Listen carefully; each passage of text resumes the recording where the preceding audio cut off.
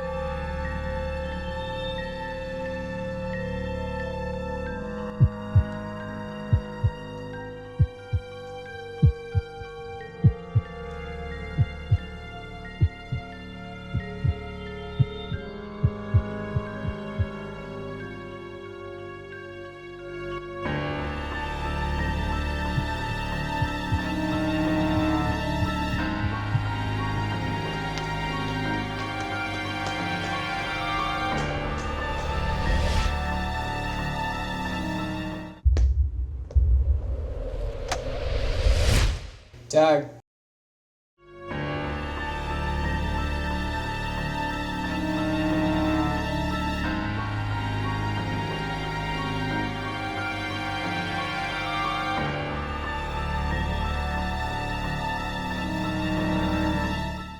Wow, Tag has gotten a lot scarier once I last played it. Anyways, say hello to our fantastic guest for this afternoon, Zach. Now Zach, let's talk about our sophomore year so far. Sophomore year, honestly, I'm digging it more than I dug freshman year. I mean, sophomore year is a pretty good year. Yeah, I feel more confident, from day to day. I feel like I can talk to people more. Freshman year, I was, down in the dumps, It just feels, everything flows a lot better. Exactly. We know the school now, which is always nice. One thing, I love my classes. All my classes are pretty good. And I know that you're continuing on with the class president. Oh, yes, I am. How's that going for you? Any transition, how do you feel compared to last year? I think we have a better flow because thankfully all of us were reelected and it was just a lot of fun. We have a lot of great collaboration and synergy, I feel. It's just a great time. We're currently working on prom stuff, so trying to plan all the fundraising things for our senior events that can be extremely expensive and difficult to book, but we are so far working at it. All right. That's great. Anything else, classes, class-wise? For me, personally, I'm doing way better than last year. Last year I was, close to failing. It was really bad. How about you, though? Academically, I think I'm doing better. I improved a lot from middle school. That was probably my worst in middle school, but I've been doing a lot better throughout high school. I've liked the more, emphasis on learning. I just find the material a lot easier. I'm not easier, more interesting and engaging, and I find that it's just a good experience. And yeah, I've enjoyed sophomore year quite a bit. I think it's academically more engaging and just socially as well. Just a better year overall. Enjoying it a lot. Yeah. So, okay, to move on from school, boring. I've, heard that you've wanted to, make a little bit of music, release for yourself.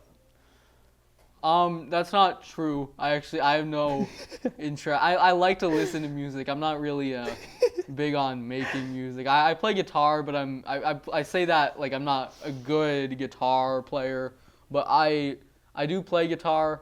I'm also I say I can rap. I can't rap very well, but I pretend I can, and I write a lot of raps and I don't share them. I do share them with people who don't want to hear. Like you, for example. I can share some right now if you want. I mean, like, yeah, I say you can rap pretty well. Yeah. Oh, should I prove it to the audience at home? I mean, I'm not going to stop you. Yo, yo. Combine my flow with this sick beat. My enemies defeat me. Wait, never mind. You can continue talking. Yeah, anyways. On the topic of music. Yeah. How do you feel on recent albums? Chromacopia by Tyler, the Creator just recently came out. Solid production, honestly. That's been probably something I've enjoyed from his work. And yeah, honestly, I've thought it was pretty good. Thought it was a quality album from him, but you know. Real questions here. Cheese. Oh, let's get cheesy, people. Brie is the best kind of cheese. All other cheeses are nowhere near as good as Brie. No pepper jack? Pepper jack is way too spicy for me. I'm not a big pepper jack fan. I like me some Colby Jack. I like me some Swiss. Got that like nice, vegetable like taste, but I mean... You don't like pepper jack? It's way too spicy. Why would anyone want their cheese spicy? I like my cheese drippy, bruh. I don't like my cheese to be spicy. Thank you for coming on and talking, Zach. Now, let's watch a review of the Garfield franchise from our very own Hannah Steffen. We all know everyone's favorite lasagna-loving cat. He was created by cartoonist Jim Davis on June 4th, 1978, and has won our hearts with his many stunts throughout the franchise, like mailing the ever-so-cute Nermal to Abu Dhabi, to kicking his friend, the dog Odie, off the table.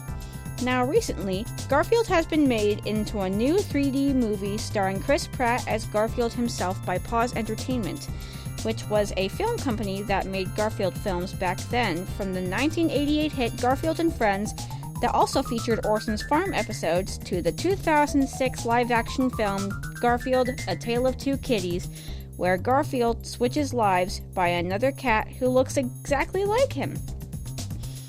Now, for my thoughts on the franchise. The first Garfield TV show I started watching as a kid was a TV show on Netflix called The Garfield Show. I obviously don't remember my reactions during each episode because this was a long time ago, so please don't judge me. Whenever watching an episode, one thing that kind of creeped me out was the walking and talking lasagnas that came from the oven-like spaceship in outer space. I had never seen or heard of such a nightmare fuelish thing in my life. Honestly, if an episode shows those guys, they always spy on Garfield's whereabouts and what he is up to. I thought that since Garfield has an unending craving for lasagna, the lasagna people would be afraid of him and never spy on him, and I'm glad that they did because they never saw him ever again. In another episode, this takes place around Christmas time as Garfield, Odie, and Nermal go out Christmas caroling around the neighborhood. Throughout their routes, Odie and Nermal sing together and get lots of treats after. As for Garfield, he sings rather terribly and ends up being treated horribly in many ways possible. I can't remember how, but they're bad. I personally thought Garfield desperately needed singing lessons. While I also thought that his singing was rather funny to hear, but getting hit with a pie to the face? That's gotta stop. Badly. For 1988's Garfield and Friends, I loved watching it because of the songs that the characters sang in some parts of the show to the quickies that actually were Jim Davis's old comic strips that he used to write that were put in the big screen for kids to watch. It's way more hilarious than the Garfield show too, because in one quickie, Garfield gets bored while hanging from the screen door, then as his owner comes in and swings the door open, Garfield is flattened against the wall. As the door closes, we see Garfield expressing his pain and his claws sliding down the screen door, damaging it with his scratch marks. This could, in my opinion, make someone roll on the floor laughing really hard from the moment Garfield becomes flat. There are more funny scenes than just that, but I don't want to spoil the whole show. In conclusion, Garfield still remains famous to this very day and has been made in a lot of merch from plushies to furniture for your home. But if you haven't watched any of his films, shame on you! Just kidding. I'm Hannah Steffen, and thank you for watching. See you next time! That was really well done. Thank you, Hannah.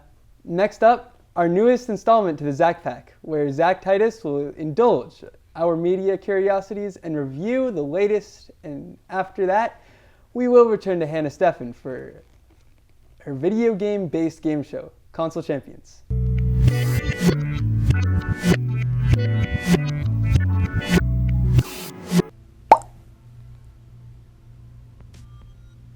What's crack-a-lackin', Zach Pack? Welcome back to the Zach Pack. It sure has been one long summer for you guys, as you were unable to listen to my perfectly charming voice talk about significantly less charming movies, music, and TV shows. Well, fear not. I have spent my summer crouched in front of the TV, binging the summer's greatest blockbusters, and sitting in my basement bumping some funky new tracks. Without further ado, let's get into our reviews. Bad Boys 4. Bad boys, what you gonna do? What you gonna do when they come for you? When one more drops, another one's new. You know Zach's gonna give an awesome review.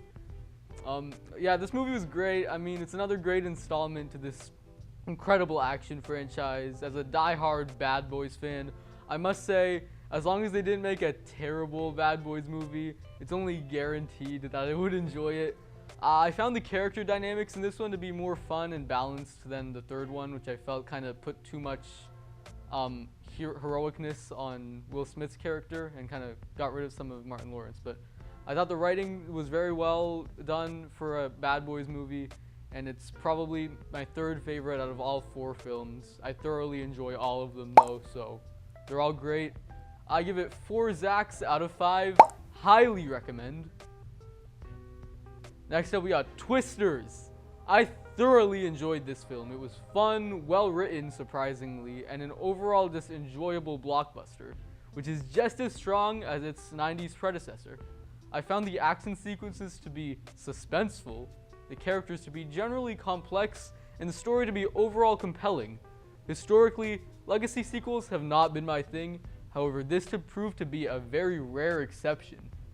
With an equally thrilling narrative, an awesome summer blockbuster, Twisters gets a 4.5 Zachs out of 5. 4.5 Zachs out of 5. Next, we got To the Extreme by Vanilla Ice. If there's a problem, this won't solve it. I thought it would be bad, and boyo, I called it. Okay, not trying to be like mad negative here, but this album was not really an enjoyable listen, for me at least.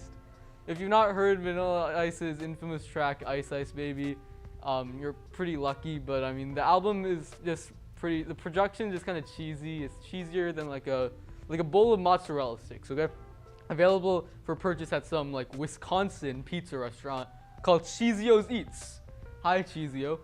And like at this Cheezio place, okay, they got like other items on the menu. Cheeseburgers, mac and cheese, cheese curds, grilled cheese, ribs, like the list goes on.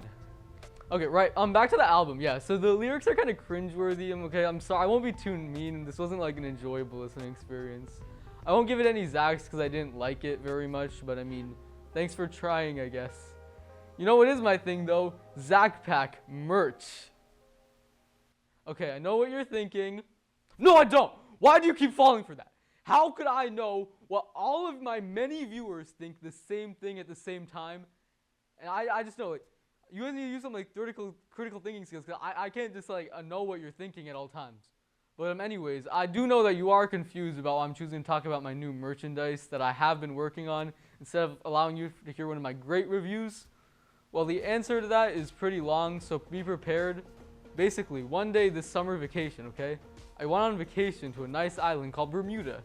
Now, for those of you who don't know, Bermuda has plenty of beaches and is known for having very hot weather. As a result of this, people sell ice cream to help people cool down with sweet treats. Now, in one of these ice cream shops, the owner had a set of t-shirts hanging by the window with the ice cream shop's logo. Now, while nobody bought the shirts, I thought this was a genius business strategy, as my many fans would love to show off their love of the Zach Pack to others. I am not some random Bermudan ice cream shop. I am Zach.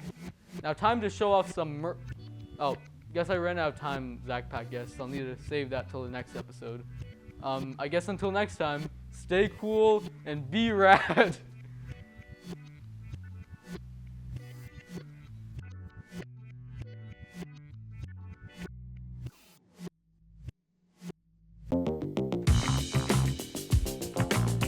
Hello, gamers. Welcome to Console Champions. I am your host, Hannah Stefan, and with me are Aaron, Lucian, and Stelios. Hello, I'm the weirdo in the black sweatshirt. He's Stelios, I'm Aaron. You're And the my name is blueberry Lucian. man. All right. He's here. Yes. So, have you guys ever played video games yourselves, like on the Nintendo Switch, would Xbox? assume so. Yes. No, I was hired 15 minutes ago. I don't know what I'm doing. Stop doing the bit. Yes, we hired him off the street. What? Yeah. Okay, we hired him off the street. okay. So here's what's gonna happen for the show. I'm gonna ask a question, and one of you has to buzz in. Okay? So if one of you gets it wrong, I will go over to the next person, and please leave the buzzer alone. He will not leave it. And if the next person gets it wrong, I will ask the last person. If the last person gets it wrong, I will have to reveal the answer. Are we clear? All right. Well, without further ado, let's get started.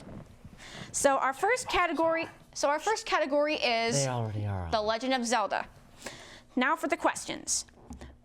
What is the name of Link's horse? I don't think anyone knows And this that. is what happens when you hire people off the street. I don't. What is the name of Link's horse? No clue. Zelda 2. I'm sorry, that is incorrect. Dang it, man. Lucian? I have never played Legend of Zelda. Well, Neither have you I. could just guess. You can guess. Random hobo number 3.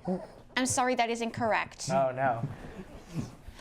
And, Stelios? Random horse that just spawned in a John Wayne movie. John Wayne movie. John Wayne Why movie. John Wayne? Why not John Wayne? Okay. I'm sorry, that is incorrect. Link's horse's name is Epona. Never getting that. Yeah, we were never gonna get that. If you have ever played The Legend of Zelda Ocarina of Time through The Legend of Zelda Tears of the Kingdom, Link's horse, Epona, if you ever see her, she has a brown coat with white mane. Now for the next question. You are dead. Fill in the blank. A male Gerudo is born every years. Oh, what? A male Gerudo is born every blank years. Aaron? 7. I'm sorry, that is incorrect. It's a number people use a lot, okay? Lucian? 3. I'm sorry, that is also incorrect. Stelios? Straight down the middle, come on. 3 and 5. 3 and 7. Between 3. 5. I'm sorry, that is incorrect. The answer is a male Gerudo is born every 100 years. I know. I was never getting that. I know. No. It sounds crazy. But if you have also played The Legend of Zelda Ocarina of Time, you, Hold on. Wait a minute. you may realize that the main antagonist, Ganondorf, he is born every... You're kind Will people. you please? Aye, aye, Captain. That Ganondorf is born every 100 years in The Legend of Zelda. Now, on to Hold the on. third question. Wait, before we go to that, raise your hand if you've played Zelda. Actually, wait, no, I haven't. Why am I raising my hand? No one has played Okay, Zelda. okay. Can we please continue? Okay, just continue, Yeah. continue. All right. Name all 4 Blight Ganons from Zelda Breath of the Wild. Black Ganons? Okay, I'll give you a hint on this one. They are named after elements, but not elements such as like H2O, nitrogen. Ah, sulfur. Wind, fire, and earth and water. Close, but that's incorrect. It's not Avatar, buddy. She said the elements. Stelios? Not. We have 2 out of 4. Wind. Which would those wind be? And, wind and fire. Wind and fire. Okay. Helium. I'm sorry. That is No. That is No. incorrect. Aaron? Wind, fire, ice. No. Okay, well, The My- correct answer buzzed. is wind, fire, leave it. lightning, and water. Why are we getting fire, negative lightning. scores? If you Because they ever don't like we us in said there. wind. He said now, water. if you ever have Yeah, I played The said Legend water. of Zelda: Breath of the Wild and gone into 4 divine beasts, Wind Blight Ganon, Water Blight Ganon, Fire Blight Ganon, and Thunder Blight Ganon are the bosses inside each one. I got it. I Yep, I got did it. say Cool. water. I did Now- say water. Be quiet. Now, on to this next question. My What- buzzer's still blinking. Oh, of course. There you go. Having fun with the Okay, now, what is the name of the goddess that all of Hyrule worships? blink. I'll repeat. Zelda. I'm sorry, that is incorrect. Okay, well, I thought that was the prince. I thought it was the princess. Okay, even I know that's not it. Okay, Lucian, I think of any fancy name. Zoriel. No. Why is that your guess? I don't know. You guys are. You Yeah, guys are we've never played Zelda. I know nothing about Zelda. We're doing great. Just take a guess. Just take a guess. Aw. Think of any fancy name. Ganondorf. No, that's the main antagonist. Let him answer. Let him answer. I'm going to answer seriously and truthfully. 5. Giovanni Oliver Dorian. Nope. Gio. I'm sorry, that is incorrect. The correct answer is Hylia. Hylia? Okay. Yes. Hylia. Oh yeah. Yeah. All I need to do is combine High with Hylia's name. My phone's my coat. I can't. Yeah. Now, in the Legend of Zelda franchise, it is revealed that Hylia created the world of Hyrule. That kind of makes sense, I guess. Now, Hylia in the name. now for the next question. Fill in the blank. It's dangerous to go. Take this. It's dangerous to go. Lucian? Alone. Correct! How the hell did you know? I didn't even hear the question. It is in the first Zelda game, and a lot of memes are based on it. That is, in fact, correct. Now, Give me a history thing. I'll get it instantly. This is gaming. okay, this one might be extremely hard, so be prepared. Okay. Out of all the horses you can catch in The Legend of Zelda Tears of the Kingdom, which one of them is Ganon's? Is there multiple choice? Like, you can guess the color of the fur and the mane. I'll give you a hint. The fur is one color, and so is the mane. Stelios? Black. For which part? Mane or body? Body. Yes, and which color is the mane? I'm going to assume black. No, let me. Me. Black and red. Body's black, main's red. How the hell do you know? I'll take it. I'll take Color it. of the actual Ganon. answer? It is the color of Ganon. I was gonna say black and white. Is that Aaron! Okay, let's just get on to the next question. unbuzz him? Oh yeah, my buzzer's still buzzing. All right, now. This is I'm winning. by -2. Okay, now, who is Zelda's doppelganger in The Legend of Zelda: A Link Between Worlds? What's a doppelganger? A doppelganger is someone who looks almost exactly like you. Correct. I'll repeat the question. Excuse me. Okay, guys, focus on the game. Okay, so who is Zelda's doppelganger in The Legend of Zelda: A Link Between Worlds? Think of any character. Sheik? Oh, close, but no. How do you know this? The Smash name Bros. close or the character close? I'll give you a hint. Her name starts with an H, and her name ends in an A. What was the goddess? But it's not Hylia. I mean, that was a good guess. Okay. I can't remember. Stelios? I'm gonna take a guess here and say hi, Zelda. That's so close yet so far. Helda. Oh, we're Yes! Helda? Yes! What? How? That was a guess. Excuse me. I just put Hi and Zelda together and made Helda. Do I get, Now, I get 4 points. we're out of time for Zelda. Let's move on to Mario. No, wait. Bum, bum, bum, bum, bum. That's the end of the game. Oh. Hey, I won. Be quiet. You're losing by -5. You guys really broke the fourth wall. Really? What fourth wall? There never was one to begin with. Why are there Exactly. stars? Exactly. There was It's a for your, third it's for your, star. it's for your scoreboards. Now, let's see. Thank you so much for joining, but let's hit the autosave button on this one and wait for the next episode. Until next time, see you later, gamers!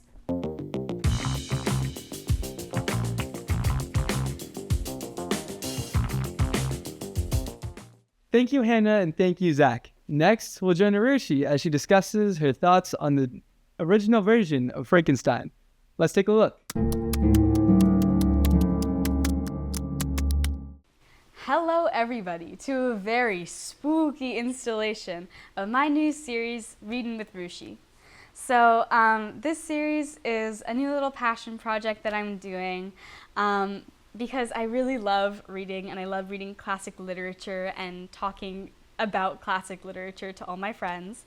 And I wanted to immortalize that. So today I'll be talking about Frankenstein, the Modern Prometheus by Mary Shelley. And as a warning, throughout this entire series, I will be spoiling all of these books, but also they're like 100 years old. So if you haven't read it, you gotta get with the program, and if you don't want spoilers, click away now. This is your final warning. All right, so let's get into the historical context of Frankenstein. So this was published in 1818 by Mary Wollstonecraft Shelley, and the early 1800s were obviously an intense change of an era. And so the context behind this book is that there was a shift from the Enlightenment era of the 1700s, where reasoning and science and logic were the focus of all of human experimentation and human progress. So a lot of the ideas that were brought up in this time period, obviously we've heard of Enlightenment thinkers like John Locke, who argued about human rights and the reality of humans, and oftentimes that was more focused on logic and reasoning. And so coming into the 1820s, there was a shift towards Romanticism, known as the Romance era, that was more focused on the arts and writing, and yeah, a very stark shift from the logic-based Enlightenment era. And so that shift inspired a lot of this book. So some believe that some know that the inspiration for Frankenstein comes from the experiments that were happening in the 1800s with galvanization. So basically, they would take frogs or like sometimes even human corpses, dead bodies, right? And put electrodes or like diodes into both ends of the body, and then they would turn up the electricity and the bodies would start to shake because the muscles in the bodies that were already dead, they would start spasming. And so people saw this because they didn't really understand the mechanics of electricity and nerves as much as we do now. They believed that this was animation. They believed that they were bringing these dead people back to life. And so this whole craze where people would conduct experiments on frogs and dead prisoners in the streets like sparked an outrage about necromancy. And so people like Mary Shelley saw these experiments and were inspired. And so Mary Shelley was inspired to write a book about an evil scientist, or not an evil scientist, a mad, crazy scientist that takes life into his own hands. So let's go through the actual plot beats of this book. We open with an explorer in the North Pole, or an explorer going to the North Pole, writing a letter to his sister. And he's writing about how he's having this crazy experience up north and how he's exploring the world. And one day he comes across a young scientist named Victor Frankenstein. And Victor is absolutely terrified. He's in the North Pole, dying of hypothermia right now, and he's crazed out of his mind. And so the explorer asks Victor to explain what's happened to him. And Victor goes on to tell the story of how he wanted to find how to create life. So there are some messages in this book that are still like very prevalent today and are also inspired by things from the past. So specifically, when we talk about Frankenstein, there's a massive emphasis on hubris, because this was also an allusion to the myth of Prometheus, because this book is literally called Or the Modern Prometheus. Let me summarize the myth of Prometheus for you. Basically, this is Greek mythology, by the way. Prometheus was a titan, precursor to the Greek gods, and he created humans. He created humans in the shape of gods with clay and brought them to life and brought them to earth, and he was very protective of his humans. So when he saw that they were kind of like dying out very often, he was like really upset about it. So he decided to give them fire, which he wasn't allowed to because Zeus said, not cool, that's what gods are supposed to have. You aren't supposed to give the puny humans fire, but Prometheus did.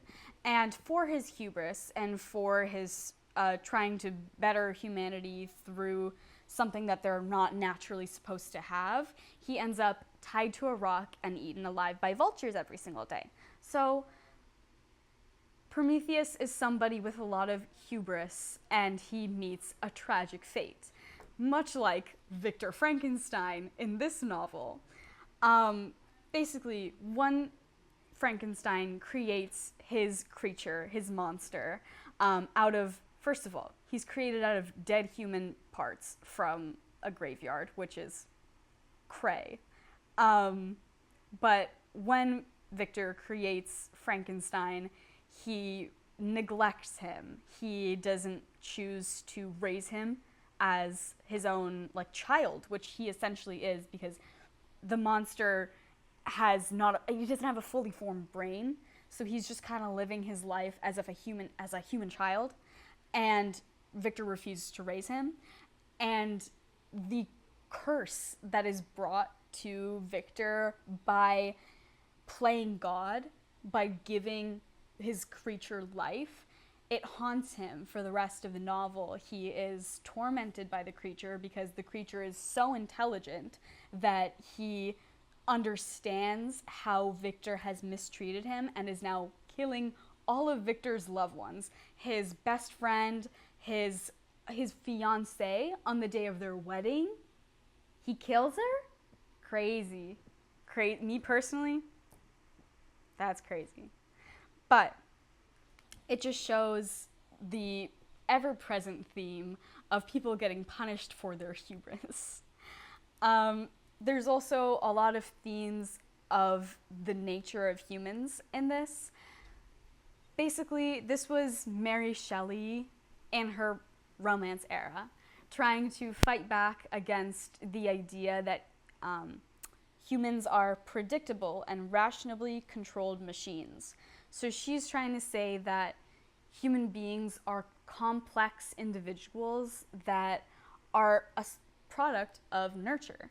And so the creature really is a human if you think about it. He has a human brain. He's incredibly intelligent, and he's able to speak to people in a coherent way. He's able to learn language from scratch in the span of like a couple years. He's incredibly intelligent, but he's not controlled solely by logic, because it isn't logical to kill your creator's friends and family, but he's controlled by his emotions. He's controlled by the rage that he feels, which fights back against the Enlightenment ideals that humans are predictable, you know? And there's also, as I've hinted at, a lot of messages of parental responsibility, if you think about it. Victor is basically this creature's father. He created him, and he refuses to take care of him. The minute that Victor gives life to this creature, he immediately sees his eyes and his yellow skin from being a corpse, and is immediately disgusted and repulsed by him. And so the minute that this creature comes into life, he is scorned by his father, and Victor just runs away and tries to rid himself of the whole ordeal. And this comes back to bite him, because this creature has festered all of this anger and hatred towards Frankenstein. And so we can kind of see the elements of nature versus nurture within this. This creature is a human almost, and he has some good elements to him. He's like taken in by another family, and he's raised, and he learns language, and he becomes a complex being, but that lack of nurture is what drives him to kill. And it's really interesting. This is a very old book, and has thus been subject to a lot of interpretations and a lot of misconceptions about it that come with screen adaptations. It's understandable that things get lost in the mix, but it's important to understand the subject material. So, the age-old question: Frankenstein versus Frankenstein's monster. But honestly, I don't even like calling him Frankenstein's monster, because he's not a monster. Look at this guy. He's just a boy. If you think about it, he really just popped out of the womb 2 minutes ago, and he's just a boy living his life. So I prefer, in my personal opinion, to call him either the creature or Frankenstein's creation, something like that. I feel like I probably have called him a monster during this recording though, but it's fine. It's fine, everything's fine. And the book also calls him some unsavory things. He's also known as Satan's spawn and the devil, or the child of the devil, because he does a lot of bad actions, which is, yeah, I get it. He is kind of the Satan's spawn, but whatever. And contrary to me parading this man around, the creature does not look like this. It's understandable that, you would assume that a creature made out of dead human bodies is gonna be a little ugly, but he is not green-skinned and made out of nuts and bolts like the media wants us to believe. He's actually described in the book to have yellowing skin, which is understandable because he's corpses. And the only really unattractive part about him is his freaky eyes. I think I'm probably gonna end up pulling up a picture here, but in original adaptations of the novel, there were prints made of not exactly what Mary Shelley believes, but Mary Shelley approves that this was printed, and she had kind of an idea for how the character looks like, and he doesn't look incredibly inhuman, as modern adaptations often make him, but he doesn't look very attractive, obviously. He just has really wide, crazy eyes that is initially what turns Victor off to this being and is what makes Victor so freaked out and run away from this kid. But yeah. And also, he's not like a zombie going around like brains. He's not like silly. He's very intelligent. He's an incredibly intelligent being, which is why any of the plot events in this book happen, because he's like a cognizant human being, almost. He just looks a little silly. And finally, there's no zap of lightning. I am so sorry. There's no zap of lightning, and there's no Igor, and there's no give him life. There's none of that. It's an understandable interpretation because of the concepts of galvanism that I did bring up earlier. There are historical precedents to think that electricity is what brought the monster to life. However, Victor Frankenstein in the novel makes a point to not say any sort of method as to how the creature came to life, because the most important thing about this novel is that it is a cautionary tale. It is a cautionary tale against hubris and scientific achievement that turns you into a god, which is something that I think a lot of scientists to this day still have to think about with the rise of AI and simulated, like, cloning. They clone sheep, which is crazy. So this book is still very poignant to this day because of its messages, not only about parental neglect and human nature, but also hubris is crazy, and one of these days, if you experiment a little too close to the sun, your wax wings will melt and you will get killed by the monster that you created. Anyways, thanks for stopping by. That was my first installment of Reading with Rushi. I hope to see you next time, where I'll be talking about The Metamorphosis by Franz Kafka.